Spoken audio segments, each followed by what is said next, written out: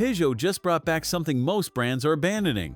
A diesel MPV that costs less than a mid-spec crossover but gives you triple the space. The 2026 Rifter. And it might be the smartest family car decision you make this year. Here's what nobody tells you. While everyone's spending 40,000 euros on a compact SUV, Peugeot is selling this with sliding doors, 7 seats, and fuel economy that laughs at 50 miles per gallon for around 26,000 euros.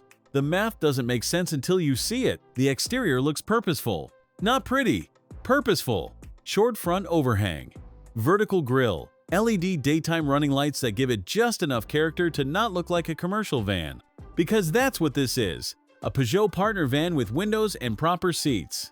And that van DNA is its superpower. Boxy proportions mean zero wasted space. Flat floor, tall roof, sliding doors on both sides. This is a vehicle designed by engineers who actually have kids. Under the hood sits a 1.5-liter turbo diesel, making 100 horsepower. Now the interior. This is where the Rifter embarrasses vehicles twice its price. The magic flat seating system means every second row seat folds completely flat into the floor. Not folded, flat into the floor. Boot space ranges from 775 liters to 4,000 liters depending on configuration. 4,000 liters. You could move apartments with this thing. 3 adults fit comfortably in the second row thanks to a flat floor and proper width. No transmission tunnel eating legroom. No sloped roofline crushing headroom. Just honest, usable space. Peugeot's iCockpit is here. Small steering wheel. High-mounted digital display. 8-inch touchscreen. It looks more modern than you'd expect. Apple CarPlay and Android Auto come standard. Dual-zone climate control on Allure trim. Cruise control. Automatic emergency braking. The tech list reads like a car that costs $10,000 more. Overhead storage bins like a train. Deep center console that holds multiple 2-liter bottles. A lidded box on top of the dashboard in addition to a glove box. Storage solutions designed by people who actually use cars. The ride quality surprises you. Comfortable damping. Minimal road noise despite the tall body. Wind noise stays controlled at highway speeds. This is a vehicle that works. That sounds weak until you realize torque is what matters here. Low-end grunt. Pulls cleanly from 1500 RPM. 6-speed manual that shifts smoothly enough.